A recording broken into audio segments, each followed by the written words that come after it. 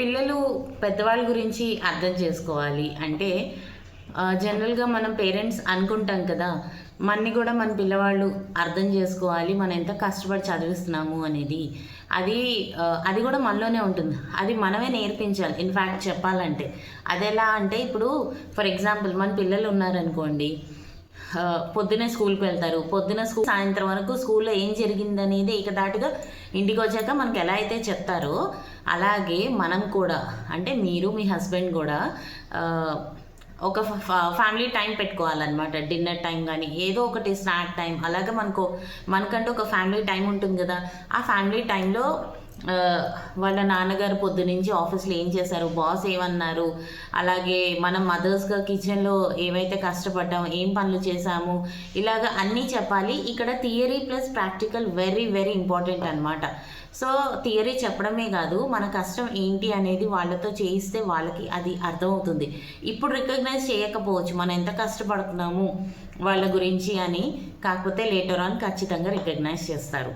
Okay, ఎప్పుడైనా వాళ్ళు ఖాళీగా ఉన్నప్పుడు అమ్మ ఫోన్ అని పీకేస్తూ ఉంటారు, లేదా టీవీ ల్యాప్టాప్ అని స్క్రీన్ టైం కోసం ఏడుస్తారు. అప్పుడు ఇలా కాదు నాన్న అని చెప్పేసి మనం చేసే పనులు చిన్న చిన్నగా గిన్నెలు తోమడం, సర్దడం, బట్టలు ఉతకడం, ఆరినవి తెచ్చి మడత పెట్టడం, గూట్లో సర్దడం, ఆర్గనైజ్ చేయడం, అలాగే చిన్న చిన్న వంట పనులు ఇవన్నీ నేర్పించామనుకోండి, నెమ్మదిగా వాళ్ళకు కూడా అర్థమవుతుంది, అబ్బా అమ్మ ఇంత కష్టపడుతుందో కిచెన్లో పొద్దుటి నుంచి అని. అలాగే మీ హస్బెండ్స్ ఏ వర్క్ అయితే చేస్తారో అవి పిల్లలకి నేర్పించేలా ఉంటే అవి కూడా వాళ్ళతో చేయించడం, ఇలా ఈ ప్రాక్టికల్ విధంగా మనం కనుక వాళ్ళకి అర్థమయ్యేలా చెప్తే డామ్ ష్యూర్ మన గురించి ఫస్ట్ రికగ్నైజ్ అవుతారు, తర్వాత రియలైజ్ అవుతారు ఖచ్చితంగా. అయ్యో అమ్మ నాన్న నా కోసం ఇంత కష్టపడుతున్నారా అని చెప్పేసి ఖచ్చితంగా వాళ్ళు మారుతారు. అలాగే మన గురించి మన వాల్యూ కూడా వాళ్ళకి అర్థమవుతుంది. అండ్ సెకండ్ థింగ్ వచ్చేసి, పేరెంట్స్ ఇద్దరు వెల్ ఎడ్యుకేటెడ్ ఉంటారు, పిల్లలు చదువుకోరు, మిస్లీడ్ చేస్తారు అని చెప్పాను కదా. అది ఎందుకు చేస్తారు అంటే, ఇప్పుడు మన దగ్గర ఆస్తిపాస్తులు, డబ్బులు, బోల్డని నగలు ఇవన్నీ ఉన్నాయనుకోండి, లేకపోతే మన సిచ్యుయేషన్ ఓకే ఇంత అని చెప్పేసి పిల్లలకి చెప్పేయచ్చు. ఎప్పుడైతే పిల్లలు చదివేటప్పుడు కానీ పిల్లలు ఉన్నప్పుడు మీ యొక్క ఫైనాన్షియల్ సిచ్యుయేషన్స్ వాళ్ళ చెవిని పడ్డాయనుకోండి, అంటే చాలా ఆస్తి ఉంది, చాలా పొలాలు ఉన్నాయి, చాలా నగలు ఉన్నాయి, చాలా డబ్బు ఉంది అని చెప్పేసి ఈ రకమైన ఇన్ఫర్మేషన్ వాళ్ళ చెవిని పడింది అనుకోండి, డెఫినెట్గా చదవరు. వాడు కానీ అది కానీ తెలియక ఫెయిల్ అయినా వన్స్ ఈ విషయం తెలిసిన తర్వాత ఈ ఏడాది కాకపోతే ఇంకో ఏడాది, ఈ ఏడాది కాకపోతే ఇంకో ఏడాది అంటున్నట్టుగా ఉంటారు, కానీ వాళ్ళు చదువుకోరు. సో అలాగా ఏళ్ళు వేస్ట్ అవుతుంది, మన డబ్బులు కూడా అలాగే వేస్ట్ అవుతాయి అన్నమాట. కాబట్టి వాళ్ళు మిస్లీడ్ చేయడానికి గల కారణం ఏంటంటే, మన ఫినాన్షియల్ సిచ్యుయేషన్స్ వాళ్ళ చెవిన అస్సలు పడకూడదు. మనకి ఎన్ని డబ్బులైనా ఉండనివ్వండి, ఎంత ఆస్తుపాస్తులు ఉండనివ్వండి, వాళ్ళ దగ్గర నాన్న మన సిచ్యువేషన్ ఇది, మనం చదువుకుంటేనే మనకంటూ ఒక ఉద్యోగం, జీతం, మన కాళ్ళ మీద మనం నుంచోగలము, మన ఉద్యోగమే మనకి శ్రీరామ రక్ష అని చెప్పేసి ఈ విధంగా మనం చెప్పాలి తప్ప, మనకు చాలా డబ్బులు ఉన్నాయి అబ్బాయి, నువ్వు ఎన్నిసార్లు ఫెయిల్ అయినా నేను అన్నిసార్లు నేను చదివిస్తాను అని చెప్పి ఇలాంటి రాంగ్ ఫాల్స్ స్టేట్మెంట్స్ మనం అస్సలు పిల్లలకి చెప్పకూడదండి. ఓకేనా. అండ్ సో ఆ రకంగా కూడా మిస్లీడ్ చేస్తారు. అండ్ చదువుకుంటున్నామని చెప్పేసి మనం వెళ్ళాక పుస్తకాల్లో చూస్తుంటాం కదా, సినిమాల్లో పుస్తకాల్లో సెల్ ఫోన్స్ పెట్టుకోవడం, ల్యాప్టాప్స్ పెట్టుకోవడం, అలాగా మిస్లీడ్ చేస్తారు. అలాంటప్పుడు మనం ఏం చేయాలి, వచ్చి నా ముందే చదువుకో. ఇప్పుడు మనకి ఈవినింగ్ టైమ్స్ వంటలు అవి ఉంటాయి, ఆల్ ద టైం అంటే మన వర్క్ స్కెడ్యూల్లో మనం వాళ్ళని కాన్సన్ట్రేట్ చేయలేం, అలా అని వదిలేలేం. అలాంటప్పుడు మన కిచెన్లోకి వాళ్ళని కూర్చోబెట్టుకుని చదివించుకోవడమే అంతే. అండ్ అక్కడక్కడ మధ్యలో క్వశ్చన్స్ అడగడం, అంటే వాళ్ళ కాన్సన్ట్రేషన్ స్టడీస్ మీద ఉందా లేదా అని చెక్ చేయడం అనమాట. చెక్ చేస్తూ అలాగా. అండ్ తర్వాత పిల్లలు ఫోన్స్ యూస్ చేస్తున్నారు. అసలు యాజ్ అ యూట్యూబర్గా నాకు స్నాప్చాట్ అంటే తెలీదు, మీరు నమ్ముతారా? నాకు ఎంతసేపు ఫేస్బుక్, వాట్సాప్, యూట్యూబ్, ఇన్స్టాగ్రామ్ అంతే, ఇవి మాత్రమే తెలుసు. అసలు స్నాప్చాట్లో ఏం చేస్తారని తెలియదు నాకు. అలాంటిది this generation is too fast. అసలు స్నాప్చాట్ అంట ఎంత దారుణం అంటే ఓ మై గాడ్. మీరు చెప్తే నమ్మరు, మా అమ్మాయికి అసలు ఇలాంటివి ఏమీ అలవాటు లేవండి. ఈవెన్ వాట్సాప్లో వాళ్ళ ఫ్రెండ్స్తో మాట్లాడాలంటే కూడా మా ముందు ఉండి మాట్లాడు అని చెప్తాం అనమాట. ఎందుకు అంటే వాళ్ళు ఏం మాట్లాడుతున్నారు, ఎవరితో మాట్లాడుతున్నారు అన్నీ మనం కనిపెట్టుకుంటూ ఉండాలి హమేషా. ఎందుకంటే మన బంగారం ఆల్వేస్ వి విల్ ప్రొటెక్ట్, కానీ బయట ఎవరు ఎలా ఉంటారో తెలియదు కదా. అందుకని ప్రతి ఒక్క పేరెంట్స్ అలాగే ఉంటారనుకోండి, మేమనే కాదు. కానీ నేను ఇంకొంచెం జాగ్రత్తగా ఉంటాను. ఏంటంటే మన పిల్లల్ని కాపాడుకుంటాం, కానీ బయట ఎంత ఫాస్ట్గా ఉంటున్నారంటే అసలు స్నాప్చాట్ పోనీ ఇంజనీరింగ్ వాళ్ళకి ఆ ఏజ్లో వాళ్ళకి ఉంది అంటే అర్థం చేసుకోవచ్చు. సమ్ లెవెల్స్ ఆఫ్ మెచ్యూరిటీ ఉంటుంది, వాళ్ళు వాడుతున్నారంటే ఓకే. 9th 10th ఇంటర్ పిల్లలకి స్నాప్చాట్స్ ఏంటంటే అసలు ఎంత దారుణం అది. అసలు టూ మచ్. అసలు నిజంగా గవర్నమెంట్తో మాట్లాడి బ్యాన్ చేయాలి అసలు వీళ్ళకి. అంటే సర్టెన్ ఏజ్ వచ్చేదాకా ఇలాంటి సోషల్ మీడియా యాప్స్ వాళ్ళకి అందుబాటులో ఉండకుండా చూడాల్సిన బాధ్యత మందే. స్నాప్చాట్స్ అంటే అసలు వాళ్ళు ఏం చదువుతున్నారు, ఆ స్నాప్చాట్లో వాళ్ళు ఏం చేస్తారు, అసలు అది దేనికి యూజ్ అవుతుంది, కనీసం పేరెంట్స్ ఫాలో అప్ చేసుకుంటున్నారో లేదో కూడా తెలీదు. అలాగా స్నాప్చాట్స్ అంటూ అసలు ఎందుకు ఈ సోషల్ మీడియా అకౌంట్స్? బోర్ కొడితే అమ్మకి హెల్ప్ చేయడము, నాన్నకి హెల్ప్ చేయడము, అమ్మతో టైం స్పెండ్ చేయడము.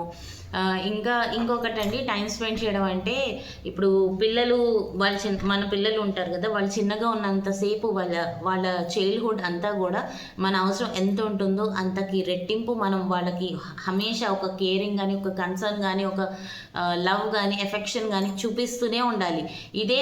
ఇదే మనం పెద్దవాళ్ళ అంటే ముసలి ఏజ్ ఓల్డ్ ఏజ్కి వచ్చిన తర్వాత వాళ్ళు పెద్ద అయ్యాక మనకి గ్రాటిట్యూడ్ ఫామ్లో same type of love and affection అనేది మన పిల్లలు మనకి ఇస్తారనమాట.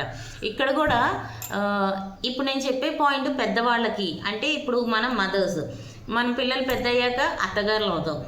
ఆడపిల్ల ఉన్న వాళ్ళకి అల్లుడు వస్తాడు, కొడుకున్న వాళ్ళకి కోడలు వస్తుంది, అవునా? ఆ స్టేజ్కి వస్తాం.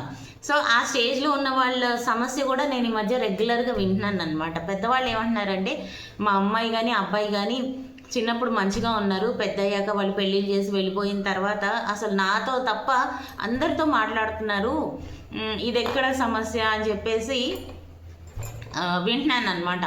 కానీ నాకు ఒక్కటి ఆశ్చర్యంగా ఉంటుందండి, మనలో మిస్టేక్ పెట్టుకుని మనం బయట వాళ్ళని బ్లేమ్ చేస్తే అది ఎంతవరకు కరెక్ట్?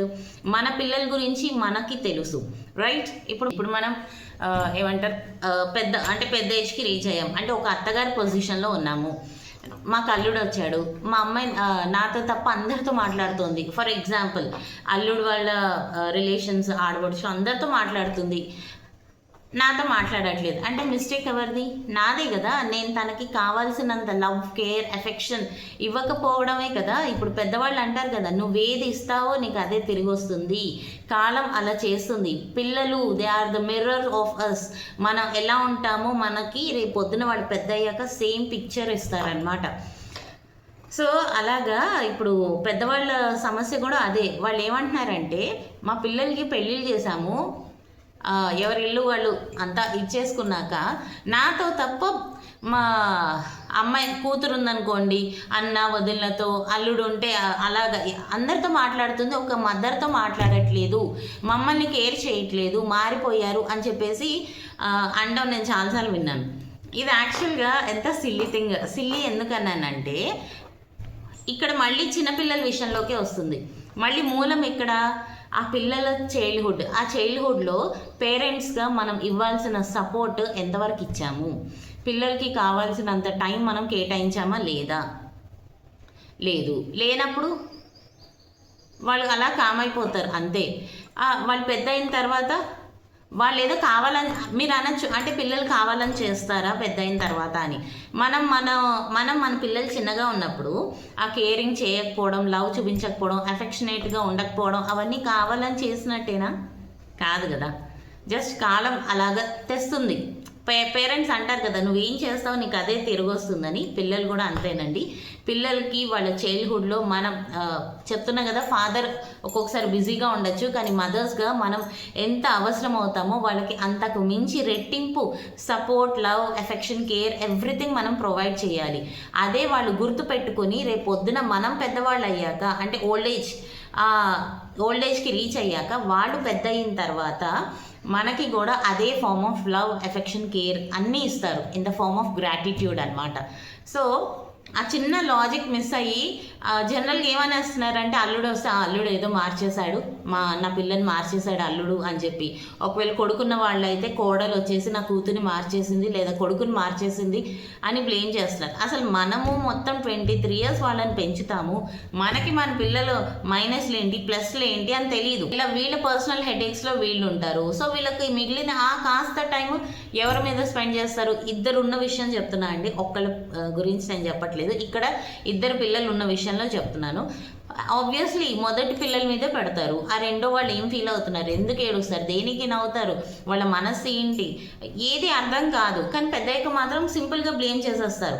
అసలు నా రెండో బాయ్ ఆర్ గర్ల్ అసలు పట్టించుకోరు, అది ఇది, అమ్మాయి అయితే అల్లుడు మార్చేశారని, కొడుకు అయితే కోడలు మార్చేసింది అని చెప్పేసి బ్లేమ్ చేస్తారు. మనము అత్తగారి పొజిషన్కి వచ్చిన తర్వాత కూతురు ఉంటే కూతురు ఎందుకు స్పెండ్ చేయట్లేదు, లేదా కొడుకుంటే కొడుకు నాతో తప్ప అందరితో మాట్లాడుతున్నాడు, వచ్చిన భార్య మార్చేసిందా లేకపోతే వచ్చిన అల్లుడు మార్చేశాడా అని చెప్పేసి అనుకుంటారు తప్ప, అరే నాలో ఏం తప్పు ఉంది, నేనేం తప్పు చేశాను, దాని చైల్డ్హుడ్లో నేను దానికి సపోర్ట్గా నుంచోలేదా, వాడికి సపోర్ట్గా నుంచోలేదా అని చెప్పి ఒక్కళ్ళైనా ఆలోచిస్తున్నారండి? లేదు. ఈగో మళ్ళీ అక్కడ ఒప్పుకోం కదా, సింపుల్గా అల్లుడు వస్తే అల్లుడి మీద తోసేస్తారు, కోడలు వస్తే కోడల మీద తోసేస్తారు. సో ఇది అస్సలు కరెక్ట్ కాదండి.